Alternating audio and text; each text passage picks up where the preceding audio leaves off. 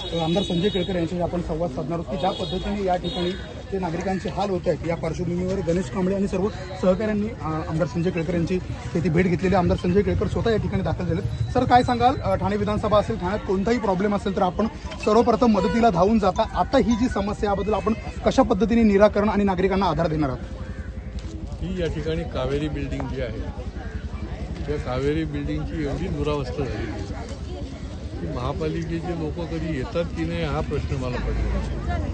म्हणजे बिल्डिंगवर झाडं उगवलेली आहेत, येण्याची सगळी लाईन तुटलेली आहे, लिफ्ट कधी आहे कधी नाही, आणि एवढे मधले चढत लोकांना, म्हाताऱ्या कुताऱ्या लोकांना जायची पाळी होती. बाजूला पाणी आहे, इकडे पाणी आहे, आणि ही जी दुरावस्था आहे याला महापालिकेच्या संबंधित अधिकाऱ्यांची दुरावस्था आणि लक्षच द्यायचं नाही ही भूमिका जी आहे हा एक प्रकारचा उन्मत्तपणा आहे की गोरगरीब लोकांना, या फलाट चाळीतल्या लोकांनाही इथे आणलेलं आहे, त्यांना इथे काही काळाकरता शिफ्ट केलेलं आहे, आणि अशा परिस्थितीत नरक अवस्था म्हणता येईल याला.